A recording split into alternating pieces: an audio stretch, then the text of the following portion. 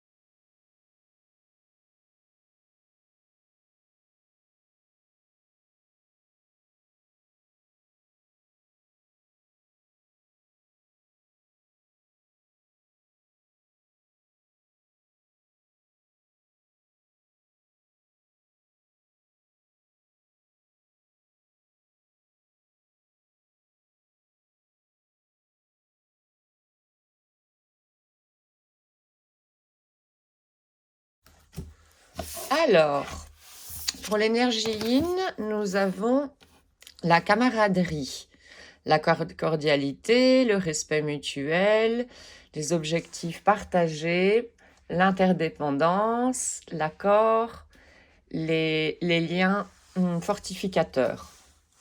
Voyons voir l'énergie yang. Donc, pour rappel, l'énergie yin est l'énergie qui se trouve à gauche de ton corps, l'énergie féminine. Et l'énergie yang est l'énergie masculine qui se trouve à droite de ton corps, l'énergie d'action et l'énergie masculine, je crois que je l'ai déjà dit. Ici, nous avons l'adhérent.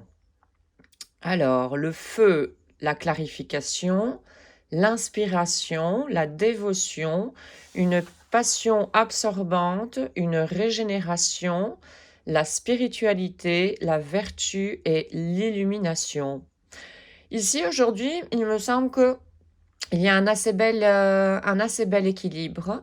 Ce qui ressort beaucoup, c'est une espèce de fluidité entre différents chakras. Le chakra racine, donc Muladhara chakra, le chakra Svadhisthana, le chakra Manipura également, ainsi que le 4e chakra, le chakra du cœur, Anahata chakra, et Vishuddhi chakra, le chakra de la gorge.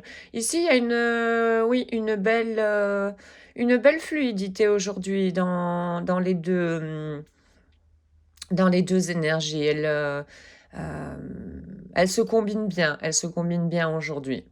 En fait, pour arriver à cet équilibre, comment on peut y arriver? Disons, c'est l'énergie yang ici qui doit être assez dans l'observation, faire le discernement et être à l'écoute de cette partie yin. L'énergie yin, entre autres, c'est l'inconscient et notre enfant intérieur. Notre enfant intérieur est une énorme source de créativité, d'imagination en nous, et c'est un guide excellent avec l'intuition.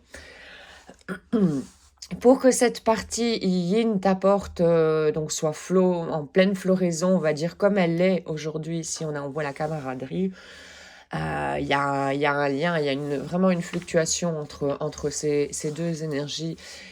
Il faut, disons que cette partie yang, ton énergie yang, ne soit pas trop dans le mental, à ruminer des pensées répétitives, par exemple, à ruminer des soucis. Là, quand on arrive à cet équilibre, c'est-à-dire que malgré certains soucis que tu peux rencontrer dans la vie, ton côté yang est assez fort, assez stable, donc bien ancré dans la terre, enraciné avec un chakra racine bien qui tourne au bon régime, je dirais, voilà. Et donc, quand c'est le cas, disons que cette énergie yang est bien enracinée, ancrée dans la terre, elle est capable également de faire un certain discernement par rapport aux problèmes que l'on peut affronter dans la vie. Donc, elle sait discerner ce qu'elle peut faire, donc quel est son rayon d'action face à certaines situations. Et elle agit pour un certain résultat qu'elle pense être bénéfique pour elle. Et ce qui n'est pas du domaine de son pouvoir à elle, c'est-à-dire des choses qu'elle ne peut pas changer. Une seule personne a du mal, un quidam, disons, a du mal à changer par exemple une loi tout seul. Donc voilà, c'est pas de son pouvoir, on va dire, pour simplifier très fort l'idée. Donc voilà, pour arriver à ça, il y a un certain alignement, je dois dire. Il y a un certain alignement qui s'est opéré. C'est quelque chose que tu peux également goûter dans ta vie par instant. Et sache que tu peux retourner également à n'importe quel moment en ayant fait un certain travail de conscience, je dirais, d'épuration de croyances limitantes. Tout le monde est capable d'arriver à cette harmonie entre ces deux énergies ici. Voyons voir la carte du milieu. Pardon, la carte du milieu, qu'est-ce qu'elle nous dit? Alors, le pouvoir du grand, le pouvoir amasseur du grand, l'autodiscipline, la concentration, la conscience de soi-même, force de caractère depuis l'intérieur et arriver à son potentiel. C'est ce que je te disais c'est ce que je te disais avant. Hein. Là, ici, pour arriver à cette harmonie, il y a une certaine conscience de soi-même, une connaissance donc de soi-même, des différentes parties et personnalités même, je dirais, qui cohabitent dans notre mental.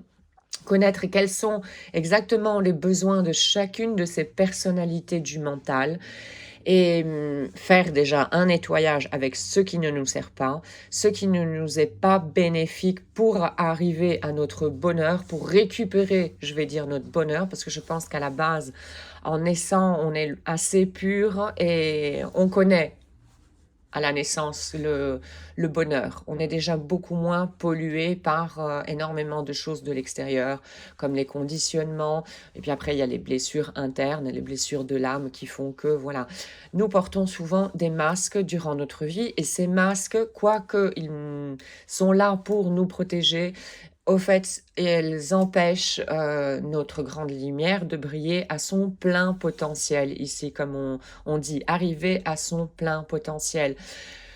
Donc ici, ce qui ressort beaucoup déjà, c'est encore une fois, je vois cette couleur orange qui est caractéristique du deuxième chakra, du chakra Svadhisthana, qui est le siège de ton enfant intérieur. C'est le siège des mémoires collectives et c'est le siège également de l'inconscience. D'où l'intérêt de se connaître soi-même et de connaître cette part d'ombre ici, caractérisée donc par l'énergie yin, qui inconsciemment, en général, ne nous mène pas au bonheur, parce qu'il y a des blessures qui se trouvent ici à l'intérieur, assez bien cachées, très bien camouflées, et que en mettant de la lumière avec cette partie yang, ton énergie yang, donc la partie adulte en toi, elle est capable de voir ces parties inconscientes. Et donc de comprendre quelles sont les peurs qui habitent cette énergie yin et également les besoins qui se cachent derrière ces peurs-là. Donc voilà, ça c'est, disons, le conseil aujourd'hui par rapport aux énergies yin et yang qui, dans ce cas de figure, sont équilibrées. Et je te rappelle, j'y tiens très fort, c'est que tout le monde peut y arriver, c'est ta volonté à toi. Ça demande une certaine connaissance de certaines choses, des remises en question de pensées qui t'ont habité jusqu'à présent et commencer à voir si ces pensées te sont toujours utiles à l'heure actuelle et être à l'écoute. Être très fort à l'écoute de cet enfant intérieur pour qu'il puisse fleurir, qu'il se sente protégé par ton énergie yang ici et qu'il puisse s'exprimer librement. Et là, tu vas voir, tu vas arriver à cet état d'harmonie. Et ça, toi seul peux mettre la lumière, disons, sur ta part d'ombre.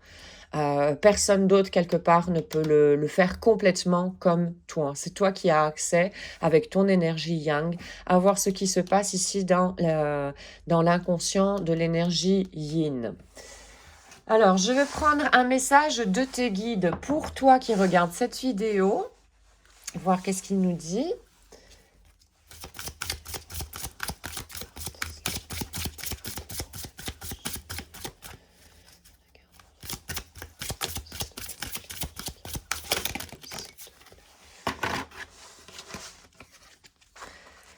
Alors, définis tes intentions. Les intentions sont très importantes et il est important également que tu sois au courant, que tu connaisses donc quelles sont vraiment les intentions qui motivent certains actes que tu as. Parce que ces intentions cachent également un besoin. Et connaître tes propres besoins est quelque chose de fondamental parce qu'à partir de ce moment-là, si tu sais que tu as un tel besoin que tu n'es pas capable de le combler par toi-même, tu vas être capable de faire une demande claire et précise à l'extérieur pour que quelqu'un vienne combler ce besoin à toi, tout en sachant également, en te faisant responsable et en te disant que cette personne-là n'est pas venue sur Terre pour combler tes besoins. Donc, pour atteindre de plus en plus ton bonheur, ton autonomie au niveau, disons, de tes besoins, c'est vraiment aller au profond de toi, donc dans ton inconscient ici, pour connaître quelles sont vraiment tes intentions dans tout acte que tu fais. Il y a des besoins d'attention, des besoins de reconnaissance, il y a énormément de besoins. Il y a énormément de gens, par exemple, qui aident beaucoup, qui veulent beaucoup aider les autres et qui se laissent de côté. C'est un besoin énorme d'avoir de l'amour en retour parce qu'ils ne savent pas s'aimer correctement. Mais à partir du moment où tu arrives à voir ça, tu peux commencer à transformer. Tu peux commencer à transformer, tu peux commencer également à combler ces lacunes, ces manques qui sont en toi et qui créent un de tes besoins. Donc voilà, définir tes vraies intentions. Et attention, parce que je vais te dire que l'ego, il a tendance à te mettre, servir sur un plateau. Oui, au fait, ton intention, quand tu as fait ça, c'est d'être bien, d'être gentil, voilà, aimable. Ça, c'est un petit peu comme comme un oignon à plusieurs couches. Ça, c'est la première couche, on va dire, l'intention de l'ego, parce que c'est une intention qui, socialement, passe très bien. Le fait d'être aimable, c'est vu très bien, c'est casé dans la colonne des biens d'ailleurs, voilà. Ne pas aider les gens, c'est quelque chose de mal. Maintenant, attention, il faut voir les limites et quelles sont vraiment l'intention derrière. Tu veux aider les gens, pourquoi? Parce que peut-être en retour, tu attends qu'ils t'aident quand tu en auras besoin, mais est-ce que tu l'as exprimé de manière correcte, que l'autre personne soit au courant de cette espèce de contrat? Si tu ne le fais pas, rends-toi responsable de ne pas t'exprimer clairement parce que tu caches en principe ici des intentions. Donc voilà, ici, le conseil, c'est de vraiment conscientiser quelles sont tes intentions dans la plupart de tes actes. C'est avoir plus de connaissances par rapport à toi, te connaître mieux. Et mettre de la lumière ici sur cette partie inconsciente. Et tu vas découvrir des choses. Tu vas découvrir beaucoup de choses qui sont tellement bien cachées parce que le dire en société, en règle générale, c'est très mal vu. Mais c'est la vérité. C'est la vérité qui existe dans tous les manteaux des humains. Les manteaux, dans le sens mental, hein, pas le manteau qu'on met en hiver. Donc voilà, je vais prendre une pensée du cœur de Louise Hay, voir un petit peu quel est le message pour toi.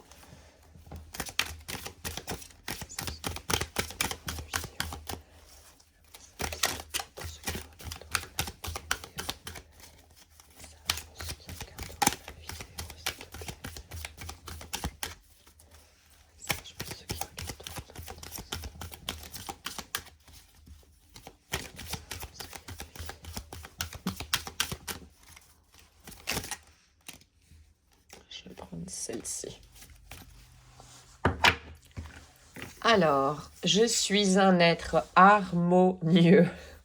Qu'est-ce qu'on a dit ici avec les cartes? Le yin et le yang fluctuent bien ensemble. Il y a une harmonie, il y a un équilibre entre ces énergies.